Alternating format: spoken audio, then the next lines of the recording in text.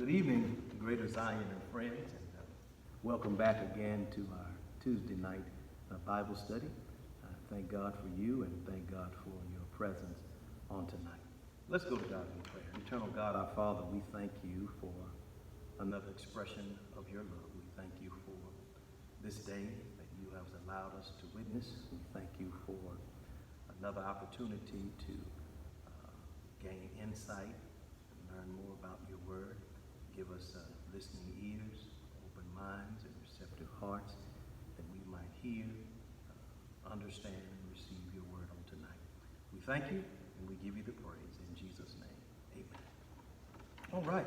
We're continuing in our series of lessons on the parables of Jesus Christ.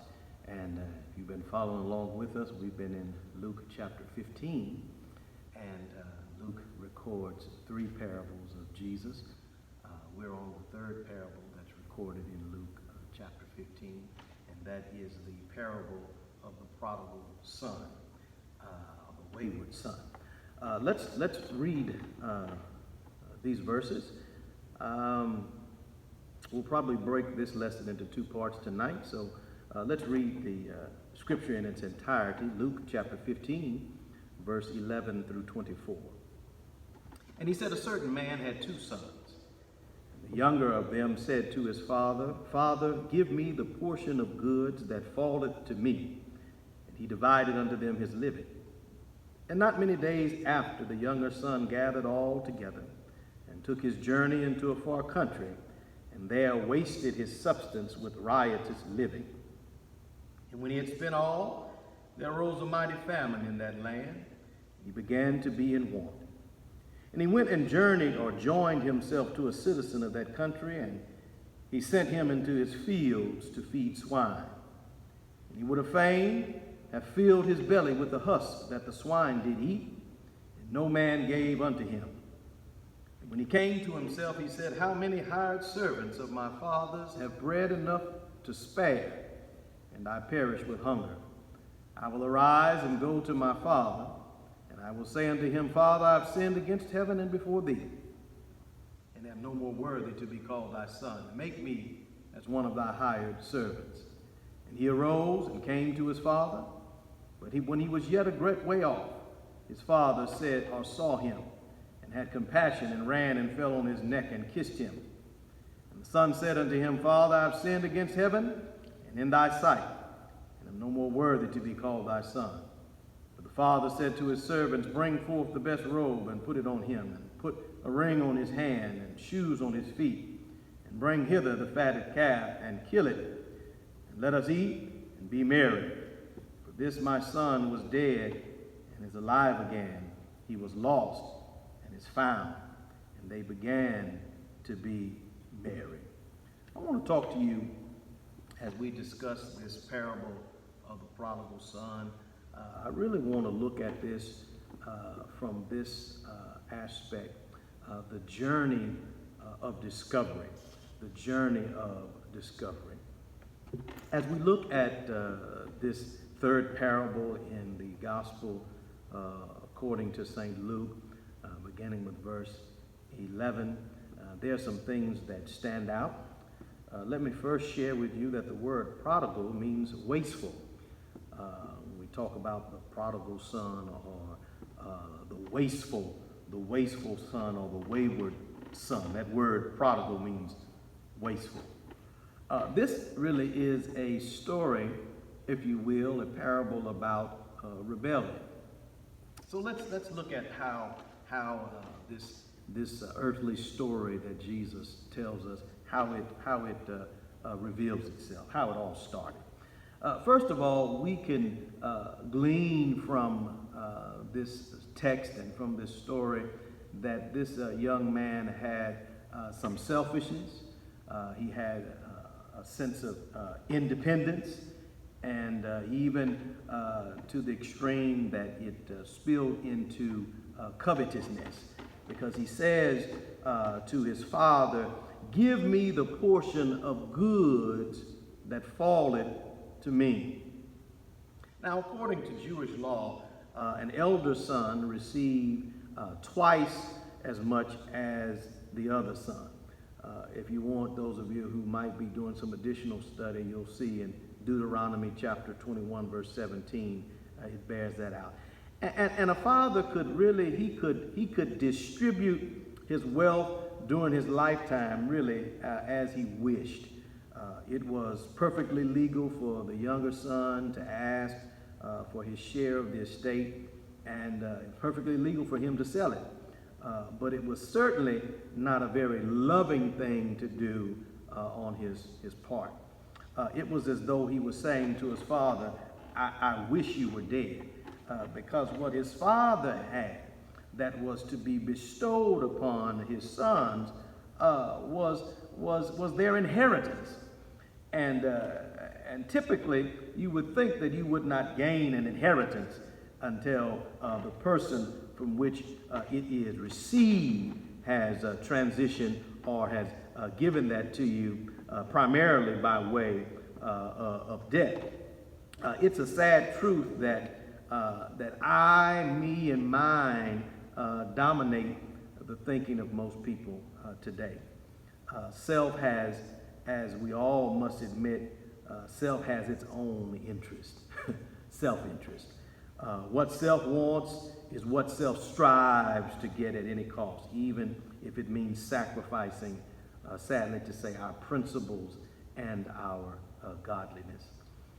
The young man in our text was materialistic, and it ain't no use in us frowning on him for that, because most of you looking at me tonight are the same way. Wanting material things is not wrong in and of itself, but coveting and craving for material things to the extent that you violate every principle of what's right and legal always leads to a person's undoing, and sadly to a person's downfall. Nothing was wrong with him asking his father for his portion because he was a grown man. But the way he did it was wrong, for he demanded. This boy, he just wanted the cash. He'd been at home and he was tired of that scene. He wanted to live. He was tired of a boot camp, if you will. At home, he was under parental restraint. Mom and pops always imposing rules and restrictions, and he wanted out. Being on his own would give him what he felt, the freedom that he was denied by being at home. He was ready to as young folks, he was ready to sky up. Being out on his own, he could go where he wanted to go. He could do what he wanted to do, and nobody would question him. Being out on his own with his inheritance money, he could ball and be a baller and gain some popularity. He could be Big Drip. If he was anything like our young people today, somebody probably told him he was grown. And there are a number of factors that emerge which have a profound effect on the influence of this younger son. One was his youthful idealism and his inexperience. And then he shows through the story a lack of discretion. Because here he moves from the farm to an urban area. And then, of course, he had all of his possessions in ready cash. You know, somebody probably hyped him up, telling him how he gained much respect and some mad props. If he left home, the boy had never, no doubt, never been away from home. So they probably told him all the things he was missing. Probably told him about the parties and the baddies, or the women, the drinks and the drinking and the drugs, all of that. And all of that talk had him open. It had him, as the young folks say, had him thirsty. And the sad truth is that never once did this boy think, nor did his friends mention anything about his father's struggles and sacrifices that he made to get what he had. No one ever mentioned how he would break his parents' heart, his father's heart. No one told him how cold and mean and treacherous and vicious and wicked the world could be. Nobody told him that. Nobody told him that, yeah, you can have a lot of fun. You can enjoy yourself, but nobody told him how the world has a tendency to chew you up and to spit you out. Nobody mentioned that if he got into trouble, that dad and mom would have to come to his rescue. Nobody told him that nobody loved him like his father and mother loved him. This boy knew nothing about the outside world because he was stuck in the safety of home. He didn't know that out there in the world there were tricksters and swindlers, hustlers and false friends, and pimps and prostitutes. Out in the world there was drinking and dope and all kind of illicit activity. They didn't tell him that. He wasn't aware of that. He lived a sheltered existence. We're always headed for trouble. Let me say this, we're always headed for trouble when we value things more than people. We're always headed for trouble when we value things more than people. And secondly, we're always in trouble when we value pleasure more than duty. And as this boy did, he valued the distant scenes more than the blessings that he had right at home. This boy, by the end of the parable, learns the hard way that you cannot enjoy the things money can buy if you ignore the things that money cannot buy. Let me say that again. You cannot enjoy the things that money can buy if you ignore the things that money cannot buy. So what this boy said in essence in verse 12 was, give me my independence.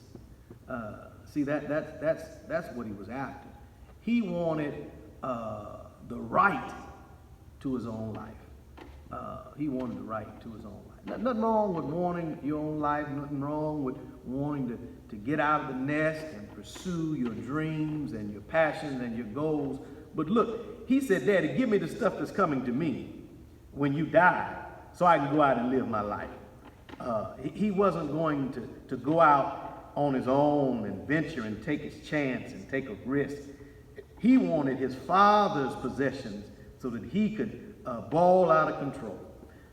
He was tied down to his father's property, and he was held responsible for taking care of the things on his father's property.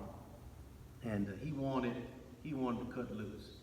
He wanted to be away from his father, the text says, and to be relieved of the responsibilities of the property. He wanted to live his own life and to do his own thing. He was ready to go because he felt that his father would demand and require too much work. He was ready to go because he felt his father was going to curtail and limit his freedom. He was ready to go because he felt his father was going to disallow and restrict his fun and his pleasure.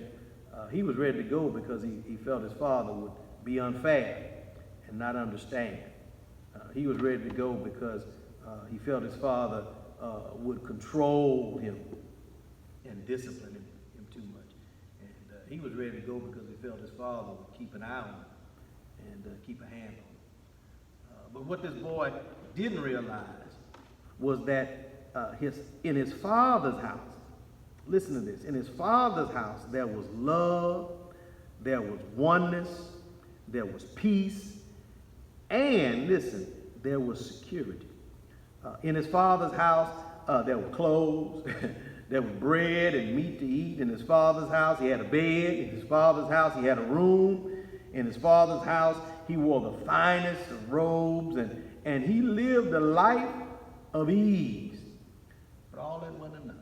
All that wasn't enough. He felt that if he had his money, that money would buy him everything.